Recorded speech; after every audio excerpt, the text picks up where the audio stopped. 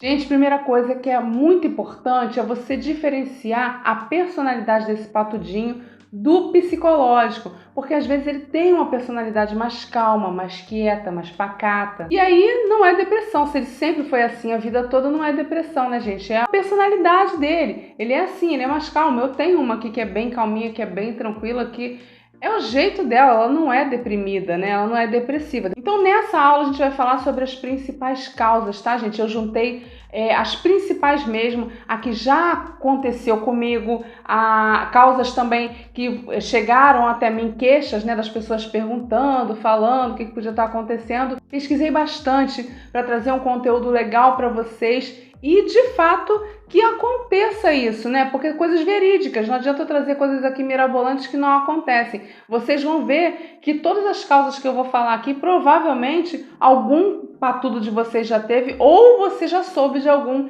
que teve, alguém já falou com você sobre esse assunto, você vai saber e vai identificar. Você fala assim, caramba, era depressão e eu não percebia, ou fulano não percebia. Então vamos às causas, gente. Uma das causas mais, assim, clichês que eu observo é quando eles levam bronca demais, né? Quando a gente briga muito com eles. Tem pessoas que brigam muito à toa. Eu não brigo, gente, eu sou uma manteiga, né? Eu costumo falar que meus cachorros mandam em mim. Mas tem gente que briga muito, sabe? Briga o tempo todo. Briga por fazer cocô, briga por fazer xixi, briga por qualquer coisa, tá sempre brigando, gritando. Eu passeio muito com meus cachorros aqui no meu condomínio e tem uma casa que uma moça tem vários cachorros, mas ela grita tanto com aqueles cachorros, grita tanto toda vez que eu passo. Assim, obviamente, eles latem, né? Porque eles escutam aquela barulhada. E assim, o que eles vão fazer? Não falam, né, gente? Então tem que latir, né? E ela grita, mas ela grita, ela bate com as coisas. Eu acho que não bate neles, não, mas ela bate com as coisas, sabe? Eles têm a tendência de ficarem um pouco depressivos, um pouco com medo, né? Aquela sensação de que eu vou apanhar, tudo que eu faço tá errado, não posso latir, não posso isso, não posso aquilo. Então isso, gente, é uma das causas, tá? Bem características aí de depressão. E outra coisa, gente, tem gente que bate, né? Bate mesmo, bate com vontade, bate com o que tem na mão, gente. Eu sei que a gente às vezes fica chateada quando um patudo rasga uma coisa nossa, quando, né, faz alguma bobagem, faz um xixi no lugar errado e tal. Mas isso, gente, com certeza ele tá querendo chamar a tua atenção para alguma coisa. Ele tá querendo te dizer alguma coisa com aquele comportamento. Então, assim, antes de você bater ou brigar, observa o que ele tá querendo te dizer com aquilo. Porque ele não sabe falar. Então, na verdade, ele tá querendo se comunicar com você. Bater, gente, nunca resolveu nada. Você só vai ter um bichinho aí chateado da vida, deprimido e com medo de você. Ele nunca vai te respeitar, ele sempre vai ter medo de você. E o medo, ele tem dois lados, né? Porque com medo ele pode acabar te mordendo, porque o medo é que faz a pessoa, né, ter essas atitudes. Não é diferente com o cachorro. Então não é interessante você ter um patudo com medo de você. É interessante que você tenha um patudo que te ame e que não tenha medo, que te respeite. Então sempre observa aí o que pode estar acontecendo. Nessa aula eu vou dar as causas e já vou dando as soluções para vocês. Nesse caso você tem que observar o que ele está querendo te dizer com esse comportamento, tá bom? Cuidado também com pessoas que batem no cachorro escondido. Às vezes não é você, não é o teu esposo, ou o teu namorado, ou alguém que more com você na casa, mas alguém que vai na tua casa, às vezes se bate nele, né? Ou alguém que more com você, mas só bate quando você não está em casa, bate escondido, ele começa a ter esse comportamento aí de ficar depressivo, tá? Isso acontece muito. Então, assim, observa, porque tem gente que, olha, as pessoas são muito dissimuladas, né? Elas às vezes na nossa frente são uma coisa e por trás são outras. Eu já até falei numa aula aí, em algum módulo sobre isso, que tem, já teve até notícias, né, no jornal e tudo, do namorado que fazia maldade com o cachorro e a mulher colocou uma câmera e pegou, né, porque ela não estava em casa. Ele, na frente dela, ele era um amor com o cachorro, quando ela saía, ele fazia tudo o que queria. Então, não dá para confiar, né, você tem que ficar ligado. Se a pessoa que está morando com você se faz alguma ruindade quando você não está em casa, às vezes até uma pessoa que trabalha na tua casa, uma diarista, uma empregada, enfim. Observa isso, tá bom? Isso também é uma das causas que causa muita depressão nos patudinhos. Outra coisa que causa muita depressão, gente, são os maus tratos, né?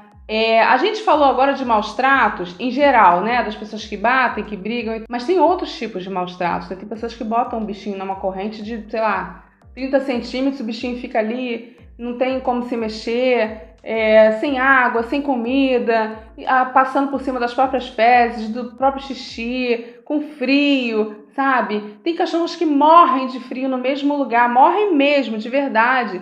Morrem porque estavam presos e não tinham como sair dali. Cachorros que ficam cheios de carrapato, de bicheira, feridas, e ninguém faz nada. As pessoas vêm ali no canto do quintal e fingem que aquilo nem está acontecendo. Tem um caso que aconteceu comigo, né? Na verdade, uma pessoa sabia que eu gostava muito de bichinho e falou pra mim que tinha acontecido uma situação. Ela falou que chegou na casa da irmã dela, olha só, gente, e viu uma cachorrinha chorando muito e tal. A cachorra já era idosa, já tinha uns 17 anos, 16. E ela tava chorando muito, fazia um tempo que ela não ia na casa da irmã. Aí ela chegou lá e viu que a cachorra tava com uma ferida imensa na pata, tava com muita bicheira, sendo comida viva, e a bichinha já tava agonizando.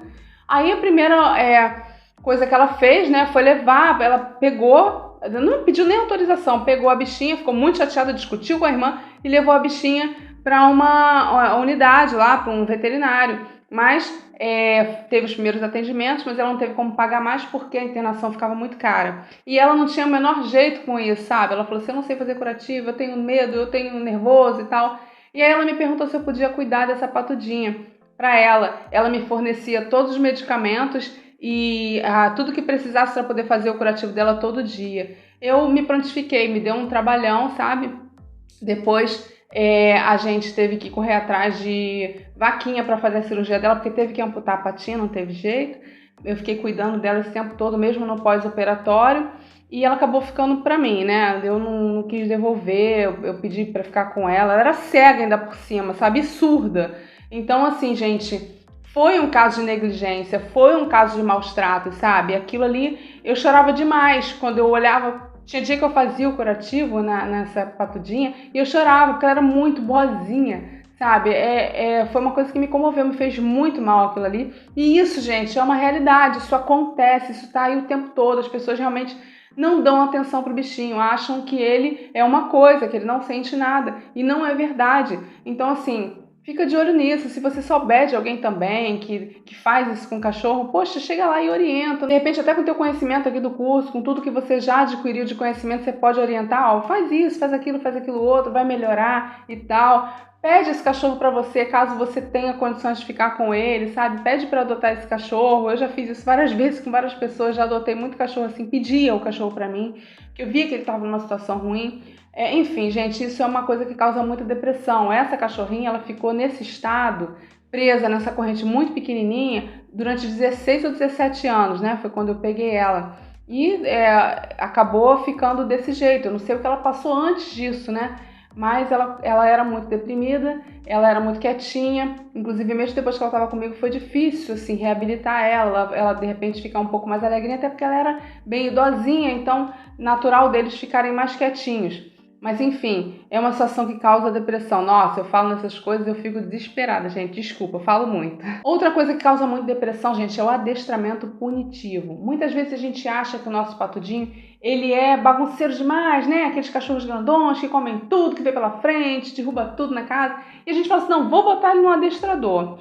Tudo bem, isso aí é bacana. Porém, existem adestramentos que são com recompensas e não com punição. Só que alguns adestradores ainda insistem em fazer com punição. E eles fazem isso naturalmente, acham aquilo normal. Bater, brigar, né? Bater mesmo para machucar, às vezes dão até choque. E o bichinho, claro, gente, fica deprimido, não tem como. Isso é uma coisa para você repensar. Bacana você colocar no adestrador, mas que seja um adestrador que faça as coisas com recompensa, né? Que recompense o bichinho quando ele faz uma coisa legal. Chama-se de adestramento positivo.